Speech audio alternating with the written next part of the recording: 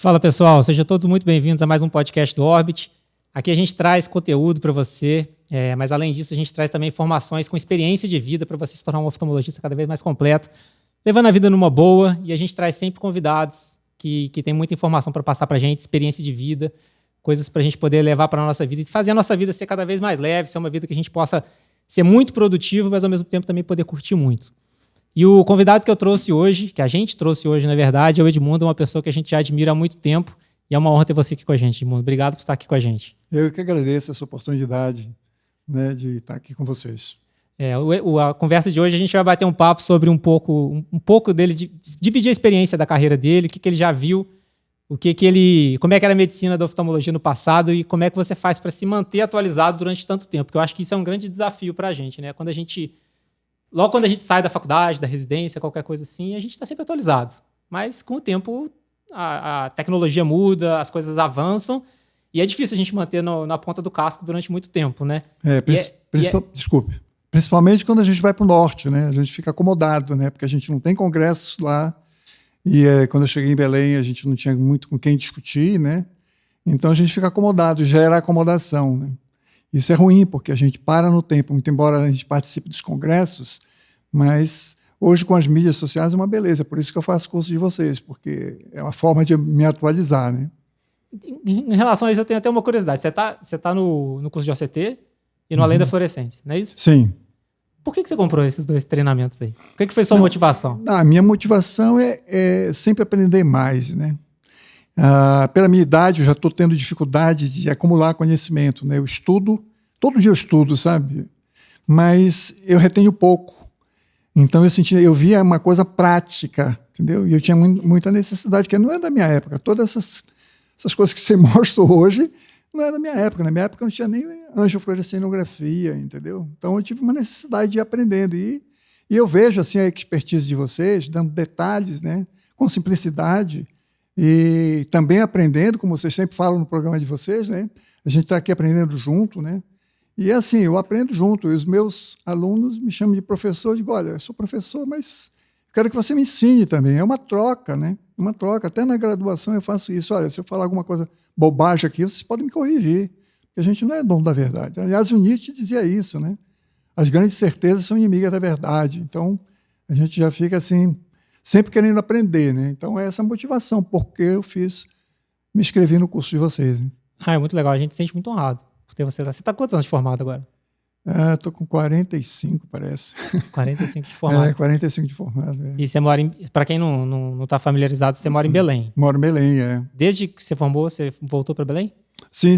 Eu formei, né? Depois vim fazer residência aqui em Belo Horizonte. Amo essa cidade. Tenho 2 filhos que nasceram aqui. Um é oftalmologista, inclusive. E fiz na época com o professor Hilton Rocha, que foi um homem que me ensinou não só Nassim, Fernando Auref, mas era uma equipe muito boa, Anderson de Almeida no estrabismo, então era uma equipe muito forte, o Paulo Galvão na córnea, né? E assim eu aprendi muito, o que eu devo o meu aprendizado da oftalmologia eu devo aqui a Belo Horizonte, né? Aprendi muito com eles. Nessa época, um grande centro de oftalmologia do Brasil era aqui em Belo Horizonte, né? Era que se falava assim, em Belém se falava assim, você tem que fazer concurso em 3 lugares, né? Era Ribeirão Preto, era Campinas, que era o Bournier, e Hilton Rocha, que é o São Geraldo, que era o Hilton Rocha em Belo Horizonte, né? E no primeiro ano eu não passei, né? Imagina, né? Sair de Belém, chegar aqui e concorrer com essa turma aqui não foi fácil. No segundo ano que eu consegui entrar. Né? E de curiosidade, como é que era a inscrição nessa época? Por exemplo, hoje em dia você entra no celular aqui e faz a sua inscrição em 2 minutos, você está dentro do site de qualquer instituição do mundo, né? Como é que era para fazer a inscrição numa prova de residência dessa? Como é que você sabia que ia ter prova? Como é que era essa preparação? Na verdade, teve alguns colegas que me antecederam, né? Eu me informava com eles, né? Mas a gente pegava o ônibus, né? Passava 24 horas, chegava com o pé inchado aqui, mas vinha, fazia inscrição, trazia uma carta de apresentação, que era fundamental. O professor sempre foi uma pessoa muito bem relacionada e tinha uma parte política muito grande, né? Eu lembro que a primeira vez que eu vim fazer o concurso, ele olhou minha carta de apresentação e disse, olha, por carta de apresentação você já está aprovado. Brincando comigo, né? Que ele foi sempre um cara de uma mentalidade acima da média na época, né? Então, mas eu não consegui passar no primeiro ano, já passei no segundo ano. Eu fiquei morando aqui, trabalhando, tirando plantão, No meio do semestre teve concurso para anestesiologia, eu fiz para ganhar mais o local onde eu morar, né? Que era a residência, né? Que era 6 meses de clínica médica, eu já ficava livre da prova de clínica médica. E aí já foi mais fácil para eu entrar, né? Um pouquinho diferente de hoje, né? Hoje Não, e hoje, assim, tem bons centros quase que todos os estados, né? Tem bons centros, né? Antigamente não tinha nada em Belém, né? Não tinha nada em Belém. Então só tinha para cá mesmo, quer dizer, tinha que botar o pé na estrada e vir, né? É engraçado que esses centros que você citou, ele tem uma importância tão grande nesse período que a gente escuta de pacientes até hoje, né? Então, pacientes que operaram há muito tempo atrás, falam, na época eu fui para tal lugar. Então, como é forte e até hoje o vínculo e a força desses serviços na oftalmologia. Para quem não conhece, esses institutos, né, que você comentou, fala de novo, só para a gente lembrar, é o Penido Ribeirão e o Hilton Rocha, né? Hilton Rocha, eram os três, né? São instituições muito grandes, muito fortes, né? Principalmente nessa época. E o Hilton Rocha é famosíssimo, né? Para quem não tem familiaridade com ele, é porque o doutor Hilton Rocha já faleceu há bastante tempo e acabou que o instituto depois ele diminuiu um pouco o tamanho do volume, mas enfim, é uma história da oftalmologia, você tem que conhecer. Quem não conhece faz parte da história da oftalmologia conhecer esse instituto, né? E assim, ele montou uma equipe muito forte, né? O Fernando Orefs, que eu chamava para ver um detalhe na biomicroscopia, ele via o que eu pedia e ainda dizia coisa mais. Quer dizer, mas você já prestou atenção que tem isso também? Quer dizer, eram pessoas assim realmente acima da média, né? Isso foi muito bom, né? Que quando eu cheguei em Belém, eu senti a diferença do conhecimento que eu tinha, não é modéstia à parte, mas para os outros colegas, porque eu sentia que eu tinha tido um curso melhor, não era que eu fosse melhor, né? Eu tive uma oportunidade melhor. Entendeu? E que ano que foi isso? Foi em 1983. Porque daqui eu fiz meu doutorado aqui, depois eu fiz pós-doutorado na França, lá em Paris, e aí eu voltei para Belém, entendeu? De Paris já foi direto para Belém. E naquela época a gente conseguia também bolsa, né? Eu sou uma pessoa da periferia, né? Nasci na periferia, então estudei todo o tempo em escola pública. Quando a escola pública valia a pena, hoje, né, tá sofrível o ensino, né? Eu só cheguei lá porque o ensino era muito bom. O colégio que eu estudava público era o melhor colégio que tinha em Belém, entendeu? Público, né? Público, impressionante isso. E daqui eu consegui bolsa, eu fui conseguindo bolsa para poder me manter aqui, né? E aí deu até para ter 2 filhos. Ainda tive uma que nasceu lá na França. Minha mulher engravidou, né, na França, cara. E tinha um filho lá. Um mês depois eu estava na hora de vir embora. Já viemos com os 3, não, eu tenho 4. Depois 4 no total. Tinha que ter uma paraense, né? Pelo menos um, né? A paraense, talvez vocês conheçam, a Isabela, que faz glaucoma, né? Isabela Almeida, que faz glaucoma aí, que está aí trabalhando bacana. Que legal. E uma coisa que eu tenho curiosidade, que eu gosto de escutar, quem já tem muito mais tempo de formado e de vida, como é que era o atendimento em 1983?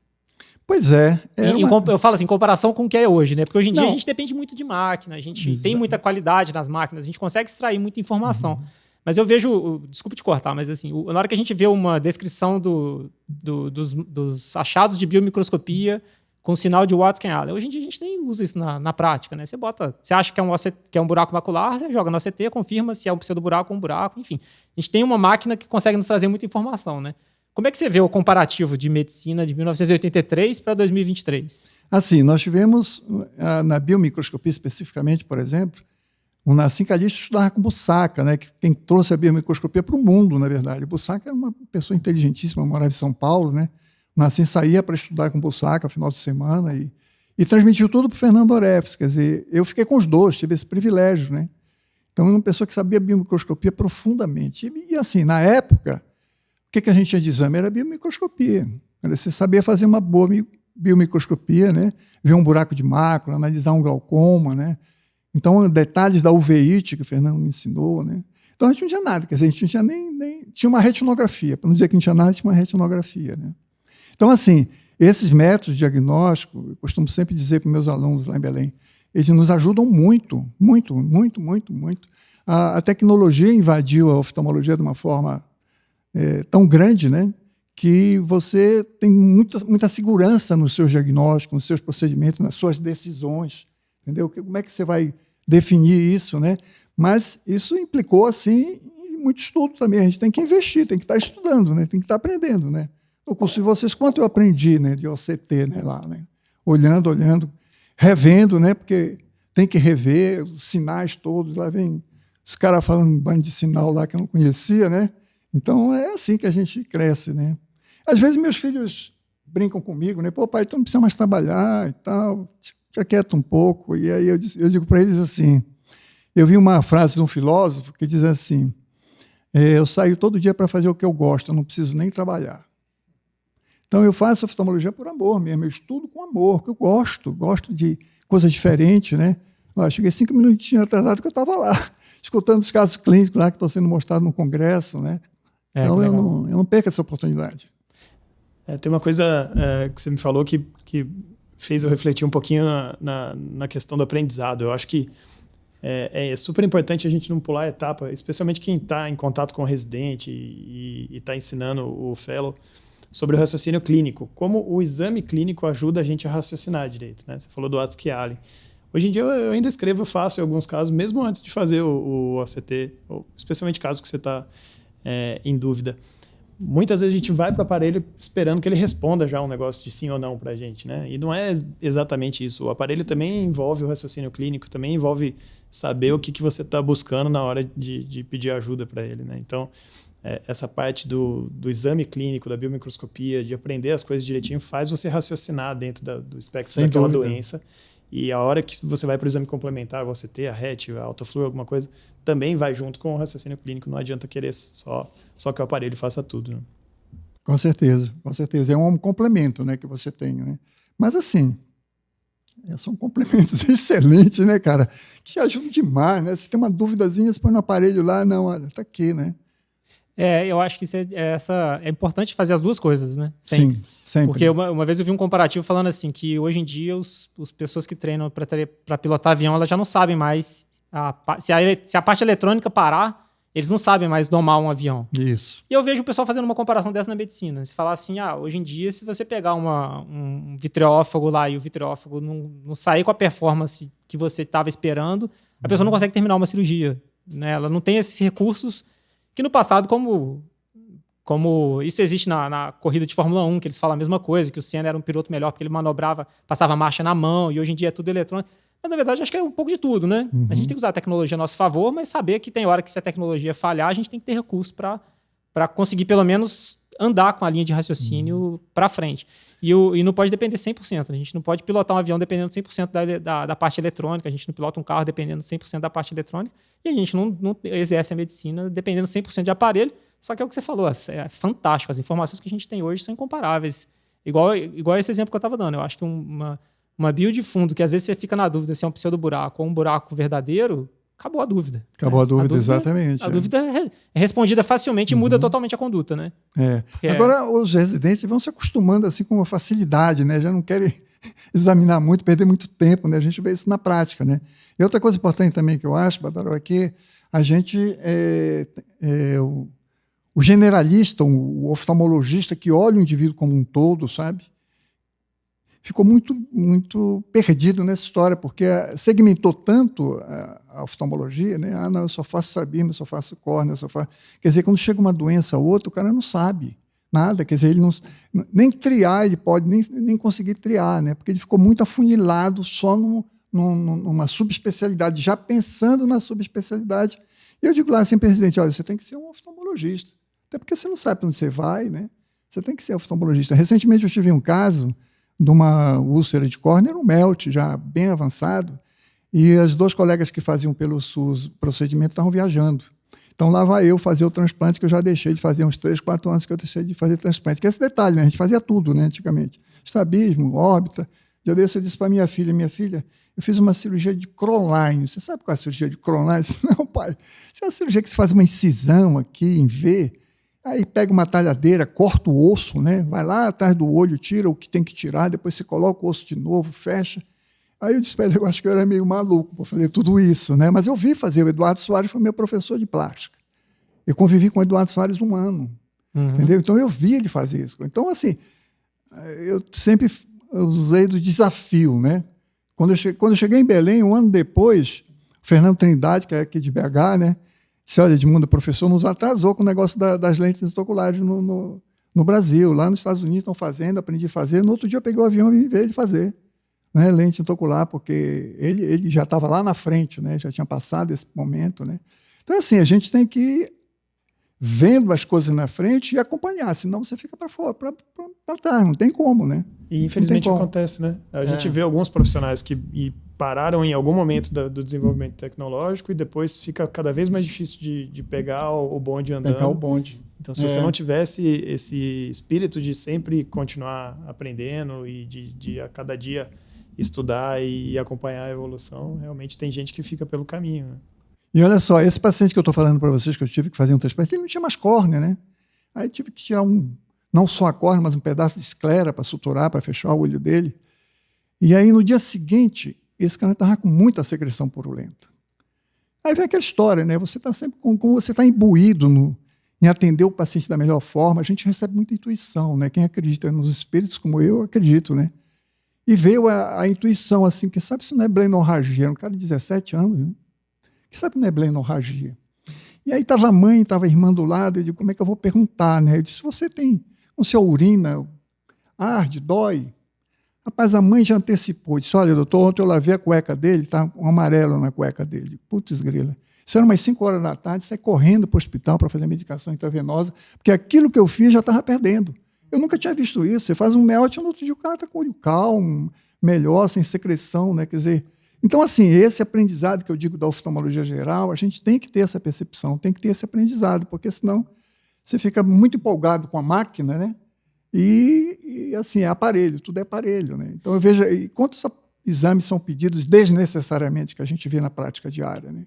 Que não precisava, né? E com a sua experiência de hoje, como que você vê o ponto de equilíbrio, assim, para a gente não depender da máquina, mas sabendo que a máquina é importantíssima, onde que está o ponto de equilíbrio? Não na parte... Eu falo na parte mental, assim, como que a gente faz para exercitar o nosso cérebro, para a gente não ficar desatualizado, não ficar contando naquelas pessoas também que ficam falando que biodefundo é tudo na vida, porque não é. Hoje em dia a gente tem máquinas que trazem uma informação, mas a gente não ficar dependendo do nosso conhecimento somente nas máquinas e esquecer o raciocínio clínico, que eu acho que o problema principal é isso. Não é não saber fazer a biodefundo, o problema é que a pessoa para de fazer a biodefundo, também para de fazer o raciocínio clínico. Ela perde as duas coisas, né? Porque quando você estava em 1983, se você quisesse fazer uma avaliação de fundo de hoje, você tinha que pensar muito mais coisa do que hoje. Hoje em dia, na dúvida... Sim, sem dúvida. Na dúvida, bota no aparelho e o aparelho responde. Então, às vezes, até o raciocínio é amputado no meio do caminho. Como é que a gente equilibra?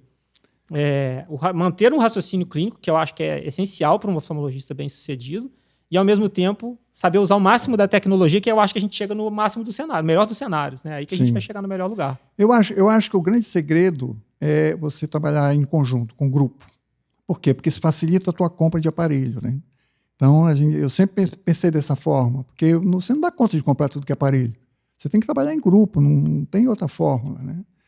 E assim, eu tive também a sorte de ter pessoas iluminadas no meu grupo, como o Alexandre Rosa, que vocês conhecem, que é um cara acima da média, né?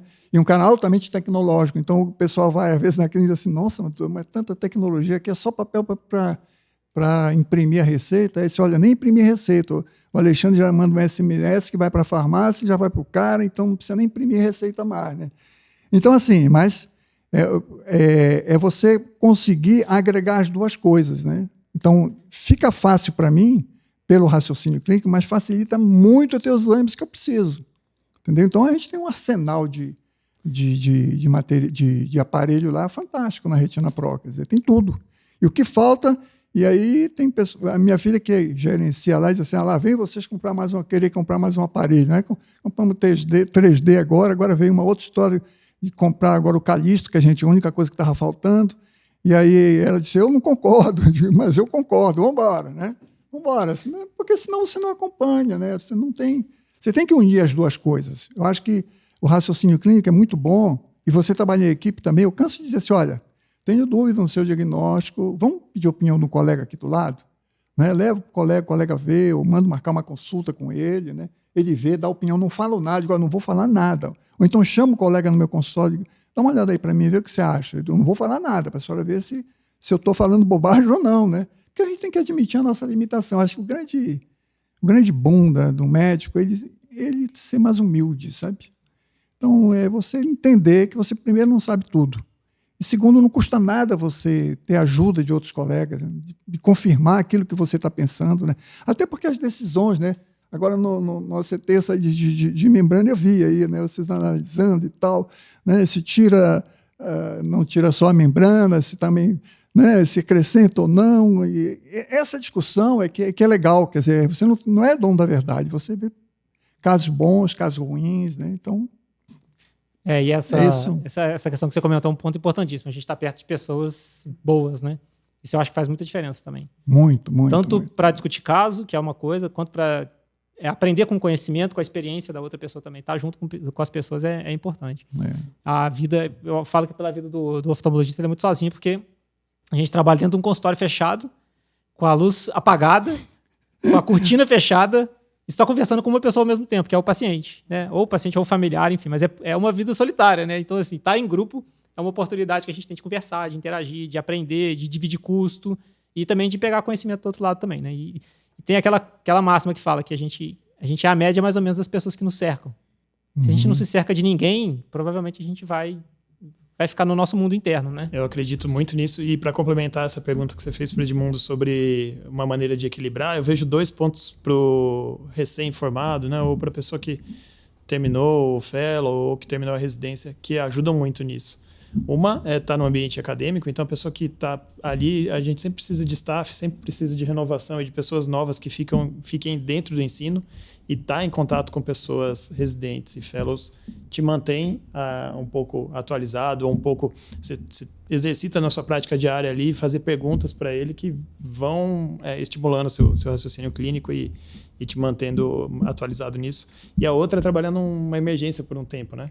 Porque na emergência, sim, você depende muito da bio anterior e da oftalmoscopia indireta ou do reflexo pupilar, e organiza muito as ideias, e você está navegando em várias subespecialidades. Você depende de você para várias subespecialidades.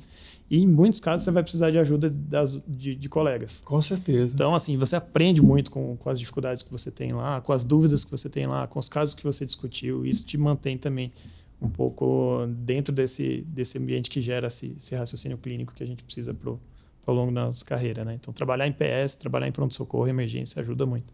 Muito, sem dúvida. E tem os desafios cirúrgicos também, né? Que você, às vezes, tem que improvisar, tem que, né, se reinventar ali na hora, né? Pensar o que é melhor, né? Essa construção do raciocínio é importante mesmo. A gente sai do robotizado. Mas, Edmundo, me fala aqui, você estava falando você voltou em 1983, tá bom. Como é que era a Belém nessa época em termos de oftalmologistas? Você falou que Belém teve uma chance muito grande, porque nós tínhamos um professor que fazia parte aqui da UFMG, que era o Joaquim Queiroz, que era um patologista, né, um oftalmologista de mão cheia, e era patologista também. Então, ele era uma referência, né? E teve outros colegas que me antecederam, o professor, que foi meu professor, o Fir Dias Vieira. Então, assim, tinham bons profissionais, mas cada um em seu buraquinho, sabe? Não tinha essa questão de grupo. Tanto que eu fui me agrupar com colegas que eu agradeço até hoje eles terem me recebido, que eram colegas formados no Rio de Janeiro, quer dizer, uma escola totalmente diferente, né? Mas eu acho por quê? Porque eu sempre pensei que você não pode viver isoladamente, né? O ser humano é um ser gregário, né? Ele não vive isolado, né? Então, tem dificuldade de viver em grupo? Tem, claro, né? Tem, claro. Se você tem dificuldade com a sua mulher, que tem parte boa até, né? Então, como é que não vai ter dificuldade, né? Então, a gente engolir sapo também, saber com respeito, com educação, né? Saber pontuar as coisas e aceitar que você foi voto vencido, paciência. Então, vai comprar o aparelho? Vai. Aí a Marina, minha filha, assim, eu não concordo. Aí 3 concordam. A Marina se perdeu, hein? Entendeu? Exatamente. Porque ela olha a coisa economicamente também. A gente compra muito por paixão também, por vontade de ter, né? Uma vez eu estava no congresso com a minha filha, com a Luciana, que faz oftalmopediatria, e eu estava no congresso, aí eu peguei uma pinça, nossa, olha que pinça, uma delícia essa pinça. Aí ela disse, pai, uma delícia é coisa que você come, pai, isso é uma pinça. Se fizer com paixão, você consegue sentir, você vê, né? E ela até hoje comenta comigo, pai, tu acha a pinça uma delícia para dizer o quê, né? Não, e outra coisa importante que eu acho, Badaró e Lucato, a gente também estabelecer o limite, né? Esse que eu acho que é importante, né? Você chegar no seu limite, né? Então, eu já estou numa fase descendente, né? Então, já estou entregando. Eu falei para vocês que tem 3 ou 4 anos que eu já entreguei o transplante. Eu não faço mais transplante. Né? O peeling que você está fazendo, eu já peço para a Thaís fazer, para o Renato fazer, para o Lute fazer, que trabalha conosco. Né? Eu já entro lá, faço a vitrectomia e tal. Não, faz aí o peeling. Eu acho que a gente tem que ter consciência da nossa limitação, sabe? Isso é uma coisa difícil, porque às vezes a gente quer fazer, termina fazendo bobagem, entendeu? Então, é saber que a gente tem um conhecimento limitado, que todos nós temos limites, né? Agora, a hora que você vai desacelerar um pouco de algumas coisas, eu acho que é importante você ter esse... Eu percebo isso em mim, sabe? Percebo isso em mim. Da necessidade que eu tenho de já entregar, né? Glaucoma, por exemplo, já passo tudo para a Isabela, entendeu? Já, a gonioscopia que eu aprendi a fazer quando nasci, né? Mas chama Isabela, faz a gonioscopia aqui para mim, entendeu? Faz a gonioscopia, que eu já sei que eu vou encaminhar para ela mesmo, entendeu? Antes de dilatar, digo, olha, dá uma olhada nessa câmera. Agora, examinei minha esposa essa semana agora, uma câmera rasa, que nem dilatar para o pito. Digo, tem que fazer uma gonioscopia, mas deixa a Isabela estar aí para fazer a tua gonioscopia, porque é mulher, né?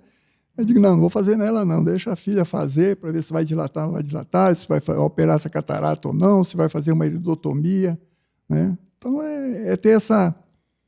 E isso não é fácil, viu? Isso porque ao mesmo tempo que você tem aquele tesão ainda pela oftalmologia, você percebe que você tem que ter limitação.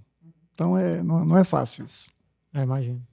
Aqui, uma coisa que eu tenho curiosidade, né? Eu gosto de conversar com quem tem mais experiência exatamente para escutar as histórias. Você tem algum caso bom para contar, assim, um caso engraçado, ou um caso que te deixou constrangido, algum caso... Pode ser antigo, pode ser o que for, assim, um caso que te marcou, que você acha que pode ser curioso para a gente ouvir também, que eu gosto de escutar essas histórias. Um quadro que me marcou... Acho que hoje eu estava contando, ontem eu estava contando, ou hoje que eu dei uma aula online, né, lá para a faculdade. O caso que foi interessante que aconteceu comigo foi uma senhora, na época eu tinha 40 anos, ela devia ter 75, 80 anos, ela marcou uma consulta comigo. E eu vim no prontuário, que era físico antigamente, né, e que ela tinha estado recentemente comigo. Eu disse, mas a senhora disse, não, doutor, eu gostei muito do senhor, eu acho que criei uma confiança no senhor, que eu quero conversar com o senhor, eu paguei essa consulta para conversar com o senhor, não quero falar de oftalmologia, não. Então, ela foi contar um caso pessoal dela, era uma escritora famosa em Belém, um conflito que ela estava vivendo, porque ela foi numa recepção e encontrou, eu posso falar agora que ela já desencarnou, né? E também não vou dizer o nome dela, evidentemente, que ela estava passando, que ela foi numa recepção e estava um ex-namorado dela, imagina, uma pessoa de 70 e poucos anos falando do ex-namorado, que veio atrás dela na hora de servir, chegou no ouvido dela e disse, você continuou com as pernas lindas. Olha só que legal, né? E aí depois ele ficou dando isso. E ele era casado, entendeu? E ela tinha uma bronca muito grande, porque o marido dela não era um cara muito fiel, né? Esse doutor, eu critiquei esse meu marido a vida toda, como é que agora eu vou fazer isso, né? Tá aí, né? Essa moça, essa senhora que está aí, enfim, né? Então, esse foi um caso curioso aqui, que eu tive assim, disse, olha... O que você vai falar, né? Você vai falar, né? Não, ela disse assim para mim, mas olha, os meus netos têm a chave do meu apartamento, ele vai lá, se isento no apartamento, olha o problema, né? Então, Por que você acha que ela te procurou? Porque eu imagino, né? Eu tenho uma imaginação aqui que é por empatia, né? Empatia e assim, eu acho que você ser verdadeiro, e uma coisa que eu ensino para os residentes, insisto, é a gente ficar olhando para o paciente, né? Porque uma coisa, Badaró, perguntar para si, que tal? Que tal? Operamos ontem, anteontem e tal, como é que está a sua visão? Tá, doutor. Ela disse tá, mas o não verbal dela me disse não. Entendeu? Que ela balançou a cabeça para o lado. Então, peraí, aí eu vou para uma coisa que eu aprendi com a minha mulher, que é psicóloga, né? Você vai para um enfrentamento. Não, peraí, a senhora fez com cabecinha assim, que não está muito legal. Isso realmente não está muito bom. Aí a pessoa deixa a oportunidade para a pessoa colocar para fora, né? Não esconde isso, né? Não esconde isso. Então, acho que isso é importante, né? Essa relação médico-paciente, hoje a gente é obrigado a digitar, porque tudo que vale no prontuário tem que ser digitado, e às vezes o colega fica digitando aqui e o paciente está ali, né? Ele não olha para o paciente, né? Ou então já vai pedindo exame, ou então, cara, eu tive um problema no meu ombro, e tem um cara que faz muito bem o ombro lá em Belém, eu fui lá, ele vai pedir ressonância, já fiz a ressonância, já levei a ressonância, o paciente não me examinou, ele pediu exame pré-operatório, ele não fez nenhum exame físico. Saí de lá e digo, esse médico não me opera nunca. Nunca. E fui no outro colega, que é um colega mais velho, tal, mais amadurecido, fez várias manobras todas comigo. Disse, não, olha, acho que a fisioterapia resolve, não precisa se operar, não. Quer dizer, foi um cara pelo menos me examinou completamente, entendeu? Você não examinar o paciente, não, você tem catarata e vamos pedir os exames, então não é assim, né? Você fala, conversar, sentir o paciente, né? Sentir se vai dar certo, porque o paciente tem que estar com psiquismo bom, vocês sabem disso, né? Se opera um paciente que está com psiquismo ruim, Deus o livre, né? Eu acredito muito nisso. E outra coisa também que você tem, às vezes, já aconteceu uma vez comigo, eu estava um caso curioso, né? Eu fui examinar uma paciente, ela chegou e disse, olha, vem aqui para o senhor pegar uma terceira opinião. Terceira opinião, digo, já sei que eu vou ser mais um, né? Claro. Se o seu primeiro colega falou isso, o seu segundo colega falou isso, eu disse, espera aí. Eu digo, vou dar um pau nessa mulher aqui, eu vou perder essa paciente, mas ela vai levar o que ela precisa escutar, né? Eu perdi a paciente, claro. Eu disse, não, peraí. Você está falando dos meus colegas. Fale da sua doença, que é possível que a gente possa lhe ajudar. Claro que não voltou mais, né? Ela ficou puta comigo, né? Paciência. Mas ela levou o recado. Porque é muito bom você colocar a culpa no outro, né? Nas relações interpessoais é assim, né? Sempre nas brigas dos casais, o fulano é que tem culpa. Não, a gente tem uma parte de culpa nisso, né? Só que a gente não quer, né, ver isso, né? Então, eu acho que é isso. Quer dizer, você tem alguns momentos até que você tem que ser contundente, né? É claro que isso é uma raridade, né? O professor dizia isso, né? Tratar, curar às vezes, mas consolar sempre, né? As palavras do professor. O professor era um poeta, né? O professor era um poeta, era um cara que, nossa, dava uma aula. Eu lembro de uma... Desculpa falar tanto do Hilton Rocha, mas assim que eu sou fã dele que só, né? Estavam no congresso no Ceará, Congresso Brasileiro, uma história interessante, né? E ele estava com aquelas palestras, né, de cego, caolho, não sei o quê, ele falava, os grandes cegos da humanidade, já dava palestra assim, já não falava quase mais de oftalmologia no final, né? E ele estava falando da cegueira, né? E aí faltou luz no auditório lá em Fortaleza. Olha que ele falou assim, experimentemos a cegueira, meus amigos. Olha a sacada dele, né? Outra vez eu fui colocar os slides para ele dar aula, né? E ele gostava muito do Hogan, né? E eu coloquei o slide, estava de cabeça para baixo. Quando eu projetei de cabeça para baixo, que eu fui ajeitar, eu disse, não. Deixa aí, meu filho. Deixa aí. É para a gente entender que a uveíte, tudo está de cabeça para baixo. Nós passamos pela época do estreptococo, né? Que tudo era estreptococo, né? Hoje nós estamos numa outra era, que é a toxoplasmose e tal. Então, mostrando que tudo ele aproveitava, sabe? Ele aproveitava, né? Ele era um homem sensível, né? Lembro de um colega que fez uma bobagem aqui em Belo Horizonte, e aí teve que falar com ele, era residente, né? Quando foi lá, ele botou a mão na costa do colega e disse assim, você já se arrependeu do que você fez, né, meu filho? Bora ver como é que a gente contorna. Entendeu? Era um assim, que a gente se sentia amparado, era um paizão, né? É engraçado que eu escuto todo mundo falando dele desse jeito. Gosto estava falando agora há pouco, o professor. E nem fala o nome, né? Mas deu para entender que você estava falando dele. Eu já escutei várias pessoas falando desse jeito. A gente almoçava com ele, né? Ele almoçava no hospital e a gente fazia aquela roda e perguntava, ele ia comendo e respondendo, né? A gente fazia as nossas perguntas para ele. Era uma coisa muito bacana. Muito bacana. Nassim também me ajudou muito, fiz tese com ele, minha tese do doutorado foi com ele, né? Tivemos assim eu digo assim, eu tive uma sorte na vida muito grande, né? E Deus me ajudou demais, né? Eu saí de uma periferia de Belém, estudando só em escola pública, né? Consegui fazer meu doutorado, meu pós-doutorado, depois voltar para Belém, né? Depois consegui entrar nas 2 universidades, é uma bênção muito grande. Eu só tenho gratidão, não tem outra palavra, né? Gratidão a Deus por tudo isso, sabe? Que legal. Aí, um gancho baseado nisso que você está falando agora. Você está me demonstrando claramente aqui que você tem uma vida muito plena, e isso é muito legal de escutar. É uma pessoa feliz, que estuda, que consegue conciliar com a família, com 4 filhos. Eu tenho certeza que você gasta bastante tempo com a família. 8 netos. 8 netos, já está crescendo mais ainda a prole, né? O pessoal está crescendo. Isso é muito legal. Mas com certeza, você tem alguma reflexão sobre o Edmundo de 1983 e o Edmundo de 2023. O que você... Aí eu quero aprender. Se você olhasse para trás e falasse assim, se eu tivesse que conversar com o Edmundo de 1983, você tem algum conselho que você falaria? Assim, uma coisa que você acha que seria legal ouvir? Porque hoje tem um Edmundo de 2023 que está por aqui, escutando a gente. E ele vai ser daqui a 40 anos. E o que você acha que a gente pode passar para quem é mais novo e que está iniciando a carreira ou que está no meio da carreira, em qualquer fase que for, que você achar que é interessante assim? Eu acho que o mais interessante que posso passar para vocês é assim, para os estudantes, para os fellows novos aí, para os oftalmologistas novos, não se conforme com o que é passado para você, vai buscar mais. Sempre tem um desafio, né? Esse desafio de você estar fazendo o curso, já te falei no início, né? Que a minha dificuldade hoje é reter o conhecimento, né? Eu estudo, mas, sei lá, né? A minha memória já está ficando muito curta, né? Para segurar o conhecimento, né? Por isso que eu tenho que estudar muito, tenho que escrever, né? Tenho que fazer o slide, tenho que ver o slide, né? Então, às vezes, eu faço um bocado de print da aula de vocês, né?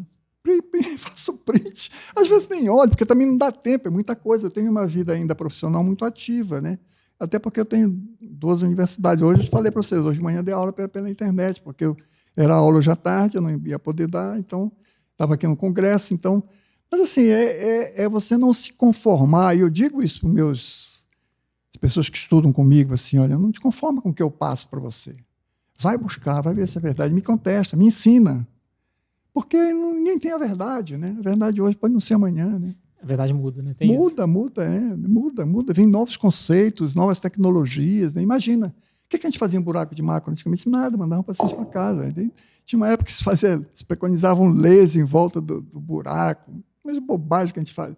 Né? Que já depois foi acontecendo, né? Depois você vê a cirurgia de buraco de macro. Nossa, foi um boom, né? Foi um boom, que putz grila, né? Não fazia nada antigamente, cara. O que se fazia em retinopatia diabética proliferativa? Nada. Tirava a hipófise do cara, né? Hipofisectomia, que era a forma de manter o cara não cegar, né?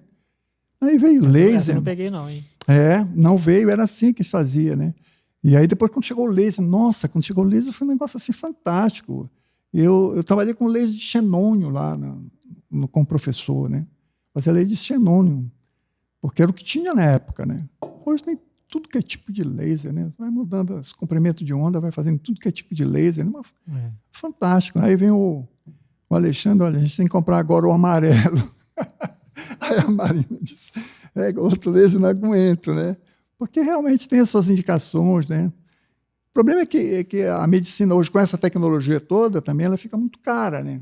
Fica muito cara. Esse que é o problema. E a gente não tem como repassar isso para o paciente, né? Não tem. Quem é que pode pagar um OCT, uma angiofluorescinografia de grande angular, né? Ele é limitado, né? Mas como eu também sou apaixonado pela oftalmologia, lá na clínica, não sei, isso eu não me coloco para fora por causa da minha idade, eu acho. Que eu peço uns exames assim lá na universidade que não tem, aí eu peço lá, vai lá na Retina Pro, eu coloco lá em cima JTA. O que é JTA? Jesus te ama, a menina já sabe. Jesus te ama não é para cobrar nada, né? Porque o cara não tem para pagar, até porque eu estou num serviço público, eu não posso encaminhar a gente para o meu consultório e cobrar o exame, entendeu? Até seria antiético, né, fazer isso, né? Mas vamos fazendo.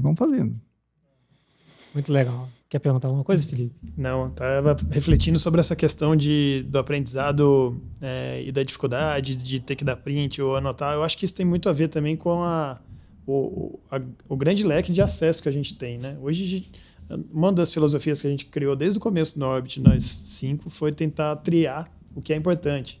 E muito buscando as dores que a gente queria responder também, né? Então, assim, é difícil mesmo, né? Se manter atualizado hoje em dia com o volume de publicação que aparece e saber o que interessa e o que não interessa. Ou o que dá para aplicar, o que não dá para aplicar, é muito difícil, né? Eu acho que isso é uma dor de qualquer um, na verdade. Acho que é uma dificuldade de qualquer um dos tempos atuais ou da forma que a gente aprende. Não, com certeza, é difícil sim. Mas que legal, Edmundo. Muito bom ouvir suas histórias, eu gosto bastante. Eu acho que a gente tem que aprender com quem está um passo na frente, com quem está um passo atrás. A gente sempre tem essa oportunidade de poder trocar experiência com todo mundo, né? Acho que não é só com quem está na frente, não, com todo mundo. Com quem está trilhando, igual você falou, que aprende com seus alunos, né? Com certeza, aprende, me ensinam. Obrigado. Eu sou grato a eles, né, também. Né? Olha, estou aí, me ensinem que eu vou achar bom. Não tem nada de achar ruim, não. Primeiro, eu não me sinto superior a ninguém, né? Então, somos todos iguais, né? Somos todos iguais. E alguns têm um conhecimento maior numa área, outros noutra, né? A gente discute, né? Discute, já sabe que dá certo também por experiência. Assim, o que eu acho que vale a pena dizer também é da vantagem da gente estar nessa idade que eu estou é a experiência, o acúmulo de experiência, né? Então, olha, isso aqui não dá certo, isso aqui não vai dar certo, né? Não adianta, espera um pouquinho, vamos ser pacientes, Tem um ditado que eu uso muito na medicina, é assim, distrair o paciente enquanto ele se cura, sabe? Porque eu parto de um princípio que as doenças elas existem previamente ao corpo, né? Você tem doenças que, por desequilíbrio psíquico da pessoa, espiritual, a pessoa adoece. Todos nós temos o nosso órgão de choque, né? Um órgão de choque, né? Então, se eu estiver, por exemplo, muito estressado, a minha garganta já sinaliza para mim, né? Tem pessoas que é a enxaqueca que dá, tem pessoas que é a asma, a crise de asma, né? Artrite, né? Você vai ver a pessoa... Quer dizer, a finalidade da doença, sob o ponto de vista maior, filosófico, é mostrar para o paciente que ele não está bem, que ele precisa se curar. Isso é uma coisa. A segunda coisa é, quando ele está doente também, repensar a vida, né? O que eu estou fazendo na minha vida? Né? Como é que eu estou aproveitando o meu tempo, né? Chico Xavier dizia, a única coisa que você não recupera é o tempo perdido. Perdeu, acabou. Né? Quanto tempo a gente perde tempo em coisas que são inúteis, que não vão te acrescentar nada na vida, né? Nada na vida. Né? Então, eu acho que você refletir também sobre o aspecto do adoecer é importante. Sabe? Você olha aquele indivíduo, você vê que você não vai ajudar aquela pessoa. Né? Isso é duro, porque o psiquismo dele não ajuda. Eu lembro do paciente que disse assim para mim, marquei, tá, Zé, vamos ter que te operar e tal. Aí foi saindo, aí depois ele voltou na pessoa, doutor, eu queria lhe dizer uma coisa, toda cirurgia minha complica. Quase que eu digo assim, olha, vai lá para outro colega ali, sabe? Imagina, o cara, o psiquismo desse cara já vai dizendo que a cirurgia dele vai complicar. Né? Tem um paciente que falou exatamente isso e complementou dizendo que é muito azarado. É difícil, tem que trabalhar. Cara pessimista, né? Pessimista, então é difícil. Quer dizer, esse aspecto psicológico também a gente tem que ver nas pessoas. E tem que esperar o time certo, né? Uma história legal que eu tenho para te contar também é de uma paciente que chegou comigo, uma psicóloga. Ela foi no consultório comigo, eu olhei, já tinha aquela leucocoria, né? Aquela catarata bonita, né? Que você está vendo a olho nu, né? Aí você veio me operar com o senhor. Eu disse, há quanto tempo você está com essa catarata? Estou vários anos, doutor. Mas por que você veio só agora? Como é que está a vida? Quando eu falei assim, como é que está a vida? Ela baixou a cabeça e começou a chorar. E assim, eu aprendi dentro dos cursos que eu fiz de psicologia que tem que deixar a pessoa chorar. Nada de, não chora, não. Deixa a pessoa botar para fora, fazer a catarse dela, né? Botar para fora, né? Dê um lencinho para ela. Esse doutor não está bom. Ontem eu tive que ir na delegacia, corromper o delegado porque meu filho foi pego com maconha. Ia ser preso, eu tive que corromper o delegado para não prender. Né? E aí eu resolvi o seguinte, eu não vou mais cuidar dele, o pai que cuide, eu vou me operar, vou cuidar de mim. Aí eu deixei ela falar, quando ela acabou de falar, disse assim, olha, não é um momento adequado para você operar, você não vai estar com a cabeça boa para operar. Vai, volta lá para o teu filho, ele precisa de ti. Né? Depois que você estiver bem, que ele estiver se equilibrado, nem que seja mais ou menos, aí a gente opera. Você ficou tanto tempo com essa catarata, por que essa pressa? Né? Fique bem espiritualmente, mentalmente, você não vai estar sossegada para fazer essa cirurgia. Né? Então, assim, chamou a atenção, né? Catarata, uma psicóloga, uma catarata aquela branca já, não operou, né? Alguma coisa está errado, né? Tem que perguntar, se você não perguntar, não vem, ela não vai dizer para ir, não vai dizer para você, né? Tem que dar uma mexidinha, uma sacudida, que eu digo, né? Na pessoa, para ela poder botar isso para fora. Né? Legal. Essas experiências são boas de ouvir mesmo. Né? Realmente. Aqui, Edmundo, obrigado. Obrigado por você ter vindo compartilhar com a gente um pouco dos seus casos. A gente fica muito honrado por você estar junto com a gente no Orbit. Demais. Você não tem noção. A gente comenta isso várias vezes de algumas pessoas que... A gente tem bastante gente que está acompanhando e tudo. E você é uma das pessoas que deixa a gente muito feliz por estar lá dentro, porque a gente se sente honrado por todos os alunos, mas por você também. Né? Pelo fato de você já estar mantendo essa gana de continuar se atualizando, de continuar estudando, mesmo com essas dificuldades que você comentou agora, né? Com essas, inclusive, de novas tecnologias, enfim. Muito obrigado por você estar com a gente, obrigado por você ter vindo aqui compartilhar as suas experiências. A gente espera que sirva de exemplo para muitas outras pessoas que estão ouvindo e que a gente possa transmitir mesmo essa forma diferente de fazer a oftalmologia, sabe? Que a gente não tem que ser robotizado, que a gente não tem que fazer a coisa do mesmo jeito e que a gente não pode depender só de máquina para trazer os diagnósticos, que são excelentes, mas que não são as únicas formas que a gente tem de lembrar, de a gente atender o paciente com empatia, com coração. Essas mensagens que você passou pra gente são muito importantes. Coisas que é para isso que o podcast serve aqui, pra gente poder conversar sobre esse tipo de coisa. Você não sai numa aula, né? Não dá, né? As aulas hoje são tão curtinhas, né? 1 minuto para tu apresentar, 1 minuto para... Né? E a gente quer no podcast fugir um pouco mesmo, né? A gente quer, na verdade, se manter na oftalmologia, mas mostrar que tem as outras coisas. Hoje, várias coisas do ponto de vista espiritual, ou às vezes a gente discute qualidade de vida, esporte. Mindset. Tudo. Mindset, né? Entender tudo que envolve... não é só o baguinho do olho que a gente está preocupado, tem que ver o todo, né? Eu digo, meus alunos, olha o pé do paciente, às vezes eu vejo aquele pé que vem com uma sandália havaiana, com micose na unha, essa pessoa fez um esforço enorme para pagar minha consulta, né? Se a pessoa está embaixo do braço, vou carregar para onde for, né? Porque é preciso, né, de ver o perfil social dela, né? Então é olhar o todo, olhar o paciente como um todo, né? Ver psiquismo, ver onde mora, ver onde, enfim, como está, né? Como é o psiquismo dele, como é que está. E, normalmente, eu pego muito paciente também para segunda opinião, né? O cara já vem só confirmar o que o outro já falou, enfim. E é outra coisa que a gente tem que ter cuidado também, né? Desculpa estar me prolongando um pouco, mas o professor dizia assim que o pior inimigo do médico é o colega, né? Que o cara vai no colega, né? E diz assim, olha, eu pego uma segunda opinião assim, olha, doutor, eu só vim aqui com o senhor para saber se a minha lente está descentrada ou não. Olha que o cara veio pagar uma consulta para saber isso. Alguém disse para ele, concorda? Eu já sei que alguém disse para ele. Aí eu examino o paciente, não falo nada. Examino o paciente, que no fim eu não posso dizer que não está descentrada, que está.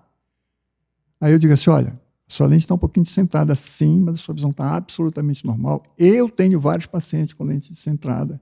Senta um pouquinho, não altera nada com sua qualidade de visão. Você está com 20/20 de visão perfeita. Doutor, porque eu fui no seu colega, o colega disse que seu colega disse que a lente está descentrada, já fiquei preocupado, você tem que tirar a lente, você tem que implantar outra, olha aí.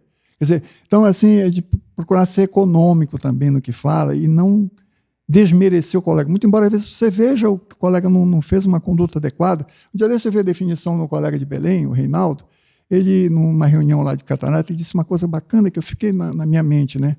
Quando eu vejo uma cirurgia complicada de um colega, eu sempre penso que foi o melhor que ele pôde fazer naquela hora. Concordo. Entendeu? A gente pensa sempre em ver o erro, ver está se sentada a pupila, não sei o quê. Não sabe o aperto que o cara passou na hora lá, né, com o paciente, não sabe o que aconteceu, né? Então, eu achei legal isso.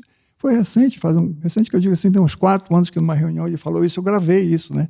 Então, você não sabe que o cara foi o melhor que ele pôde fazer, entendeu? É diferente de um cara que a gente conhece na cidade, que só faz bobagem o tempo todo. Esse é diferente, entendeu? Mas... é ser econômico no que você fala também, né? Porque tem pacientes que você fala 10 coisas boas, uma que mais ou menos ele fica no mais ou menos. Ele não vai no, né? Ele tem um psiquismo tão vinculado para coisa ruim que, enfim, era só isso. Muito obrigado pela oportunidade de estar com vocês. Aprendo muito. Aconselho todo mundo a fazer, né, o curso de vocês, e a simplicidade com que vocês fazem. Isso é importante, né? Não tem aquele sabe tudo, né? Sabe tudo. Vocês colocam também como estudantes, no sentido de, olha, o aprendizado aqui bola vai lá e bola vem cá, quer dizer, então é isso. A gente sempre fala isso nas nossas reuniões internas, né? Que assim, o curso de OCT não está pronto. E ele não vai estar pronto nunca. Porque sempre vai ter alguma coisa nova para a gente adicionar lá dentro. A gente não tem essa ilusão de que a gente tem alguma coisa pronta lá dentro. As coisas vão sempre sendo construídas e é sempre construído junto, um aprendendo com o outro e, enfim, essa é a forma que a gente vê de realmente poder entregar o máximo de coisa que a gente puder lá dentro. E por isso que vocês fazem sucesso, né? Obrigado, Edmundo. Tá bom. Para quem gostou, essa oportunidade única de escutar, o Edmundo mora em Belém, ele tem a Retina Pro, é uma clínica referência de tratamento de retina lá em Belém. Tem vários outros oftalmologistas de excelente qualidade que estão da equipe, né, que são pessoas da equipe que a gente conhece, que são nossos amigos também.